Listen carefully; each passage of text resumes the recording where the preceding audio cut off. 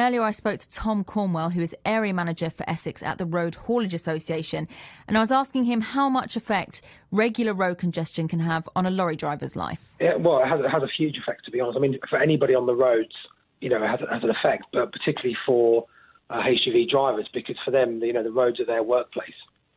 So any time it's congested, it basically means they're usually going to be late for a delivery or potentially late to pick up a load. And then it has a knock-on effect for anything else they do throughout the day.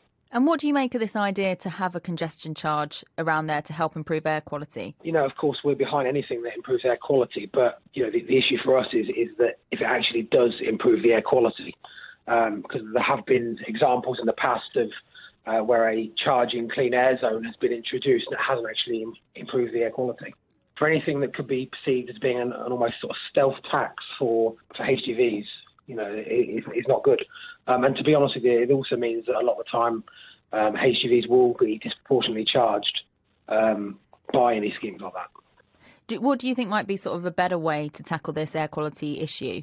Well, there are other towns and cities that have actually proved that it can be done. Nottingham, Derby and Southampton, for example, have managed to reduce emissions without actually charging clean air zone. They do that by obviously working with businesses in the area to make sure that their actual fleet life cycle, if you want, is meaning that when they renew the vehicles, of course, newer trucks are now a lot lower emissions, and that has then led to the reduction in the pollution. How easy is it to make those kind of improvements to the vehicles? Well, generally speaking, of course, obviously as new technology comes out, that is fitted to the newer vehicles. So Euro 6, for example, at the moment is the newest engine technology out there, and that has reduced the emissions by quite a bit. And so actually your association is quite willing to enter into talks of how to improve this issue? Absolutely, yeah, and we are doing. Both myself and our policy department, I've often been in meetings with various town councils, city councils, about schemes that we can do to improve air quality, which is what we all want, but it's about doing it the right way. And how much impact can it make, changing these vehicles?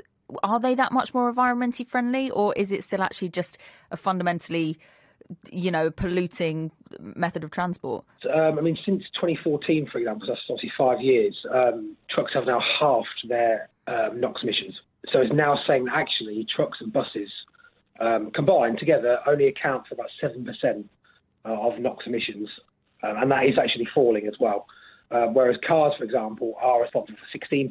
So I think a lot of people would be quite surprised by that. Do you think you guys have a sort of unfairly bad reputation? Yeah, I do. Of course, the HGV is always going to have the reputation of, the big nasty vehicle, but actually there's so many procedures now that operators put into place to ensure that their safety procedures are improved, their emissions procedures are improved. Another suggestion people are talking about at Fortune of War is lowering the speed limit potentially. Do you have any thoughts about that and the kind of impact it would make for your drivers?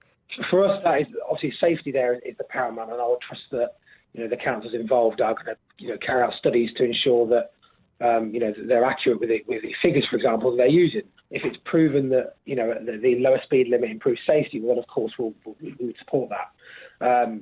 For us, of course, we want the vehicles to be able to actually travel as quickly as safely as possible to enable their deliveries to be on time. So one thing obviously we'd be cautious of is that increasing congestion, but of course safety is paramount.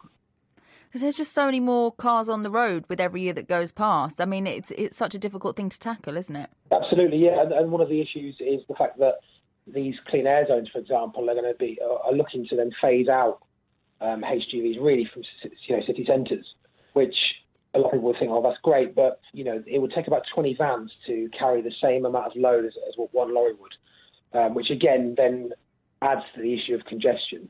And then we're talking about emissions, that would then increase it because of the actual amount of vehicles that are going to be on those roads. That's Tom Cornwell, Area Manager for Essex Road Haulage Association.